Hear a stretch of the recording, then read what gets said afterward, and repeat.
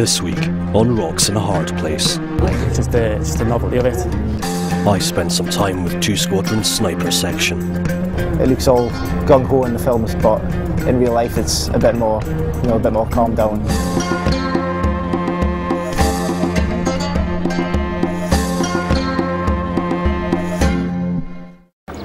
It's been 1 month since I last saw the men of II Squadron in Basra.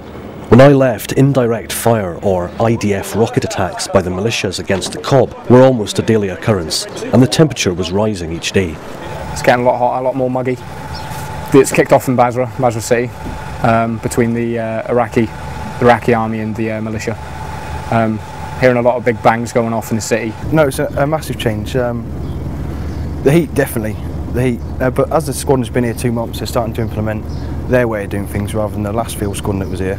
It's just getting into routine now, so lads are just starting to find their feet, finding out what's what. The lads are all right. They're getting through it. The younger lads seem to be all right. Yeah, so it's first tour for them. They're still keen. The IDF's pretty much all but stopped.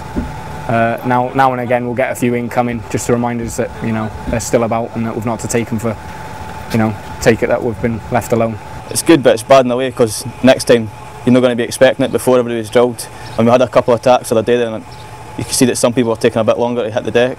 Apart from IDF attacks, one of the major risks for troops in Iraq is from improvised explosive devices, or roadside bombs known as IEDs. It's up to II Squadron's sniper section to try and catch those responsible red-handed. Our main job is to gather intelligence, really, out here, trying to spot IDF teams, setting up locations. We're going out lining up, doing ID screens, IDF screens, lining OPs, just sitting basically. A lot of being a sniper is just sitting there watching, waiting for something to happen. We'll be out on the ground for 8 or 9 hours in certain locations, and it's pretty much luck if you see something. When we first got here, this is my first tour as being a sniper, I was a bit anxious of what I was going to be doing, because when we go out, we don't go out with a whole flight with vehicles, we don't go out with that, we go out as a 6-man team or a 5-man team. Once you've been out here once, you don't really think it's that much of a big deal. But like people back home, they're like, oh, I could never do anything like that. I don't know how you do it. My mates before came away, they're like, oh, I really don't want you to go. Make sure you come back and all that sort of stuff. And I just laughed at them, like, of course I'm going to come back. It's not as bad as everyone thinks it is.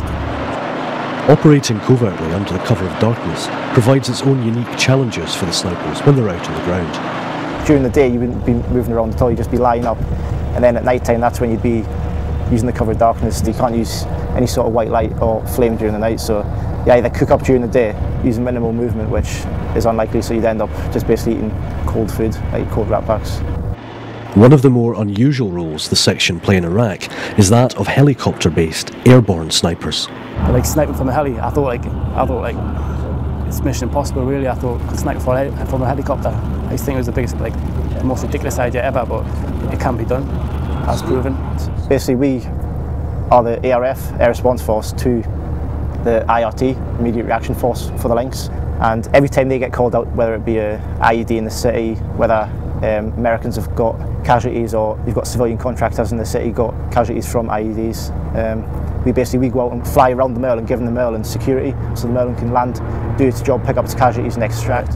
In a weird way, I have actually always wanted to be something like a sniper. Like it's just the novelty of it. It's like the action man sort of side of it. If you're a sniper, you're classed as the best of the best. You get that little bit of extra respect for what you do. You just train to a much higher standard than everyone else in the squadron. Just that standard's a little bit higher than everyone else's. Never see myself sitting behind a desk doing a desk job. What sort of better job to do? Especially as a sniper. Awesome job. As civilians hear about snipers and stuff like that, I think, yeah, it's a cool job. It looks all gung-ho in the films, but in real life it's a bit more calmed down. Next time on Rocks in a Hard Place. You could easily hide something. There's tracks running through the bushes left, right, and Chelsea. It's an early start for support weapons flight as they search for hidden rocket dumps. Oh mate, if I don't get my questions, that's it, you're